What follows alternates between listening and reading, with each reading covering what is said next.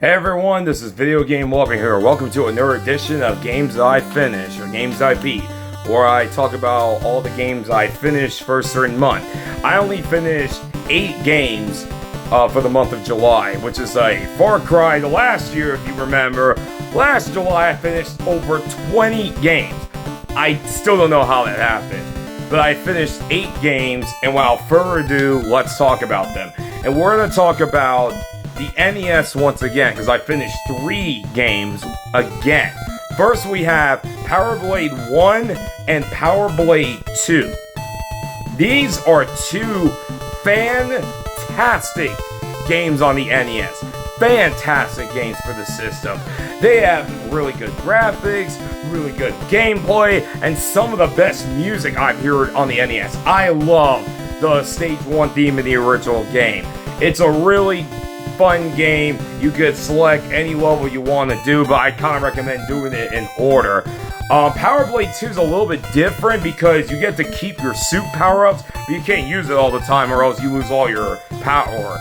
But both games are really, really damn good. These are some of the best games, and man, I'll tell you this, Natsume, they know how to make some really good games on the NES. The next game I finished was Little Samson for the NES. This is the most expensive game on the NES. You see these all the time in these retro gaming holy grail videos. I picked up Little Samson. I found the most rarest game on the NES. Yeah, that game. It's a pretty good platformer, but nothing really to write home about. Is it worth $1,000? No, hell to the fuck no. But is it a good game? Yes, it is. It's a really solid game. My one issue I have with the game is the music. There's not that much music in this game because the music is for the certain character that you play with. So that's unfortunate. But overall, still a really good game. I really enjoy Little Samson. It's a good game. Next up, I finished Vigilantes on the Sega Master System. Nothing really to write home about. It's like Kung Fu, but plays like shit. Let's say the better. Next is Mercenary Force. Now, here's a fun fact. Both these games I finished, I actually found them out because of Mega Man. Mercenary Force is a really weird game. It's like a shmup, but you have to make sure that your people don't die or else you get a bad ending. And let me tell you something, you can't afford to be losing people. If you lose people, you're not gonna make it pretty far. But it's a really unique shmup on the Sega Game Gear, on the Game Boy.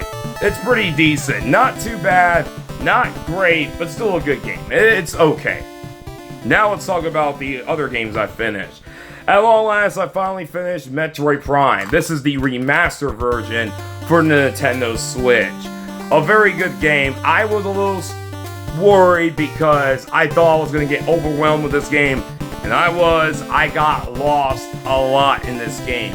And I hate artifacts. I don't know why the hell they came up with the artifacts. Other than that, this is a really damn good game. And I'm happy that I finally played Metroid Prime. And man, it's just crazy how many Metroid games I finished this year. Metroid Zero Mission, Fusion, Super Metroid, the original Metroid 2, and now this game. 5 Metroid games I finished. So, really awesome game. Really good game with a kick-ass soundtrack. Next, I finished Link's Awakening for the Game Boy. I can't believe it took me this long to finally play this game because this is one of the best Zelda games of all time. One of the best Game Boy games of all time. It's just a very good game overall. It's basically, if you love Link to the Past, there is no way in hell you're not going to like this game. This game is phenomenal. Great music, great gameplay, good story. It's a really damn good game. I feel like this is a good Zelda game for beginners as well. Really good game for beginners. And the last game I finished is Banjo-Kazooie for the Nintendo 64. I have a lot to say about this game. This is a really good 3D platformer, and I do think it holds up well. There are times the frame rate can get a little choppy, but man, oh man, do I hate the idea that you have to collect everything to officially beat the game. You still technically get an ending if you just regularly beat the game.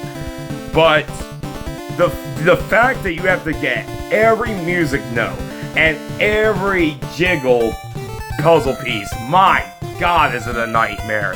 I try my best, but once I got to the 8th world, what was it, Rusty Bay, and then the the summertime spring level, I was just done. I was like, yeah, I'm going home. Yeah, I try my best, I couldn't do it. So maybe someday I'll come back and 100% this game. And also that last Grunny battle where you're in that game board, that shit was annoying as hell. Very annoying. But overall, this is still a really good game for the Nintendo 64. I guess the best way to play it is probably on the Xbox 360 because if you die in that version, you'll lose all your music pieces. But this is still a really good game though. Really like Banjo-Kazooie. But anyways guys, that's all the games I finished for the month of July. Not a whole lot that I did. But anyways guys, thank you for watching. I'll see you guys in my next video. Video Game Lord 58, sign out. Peace.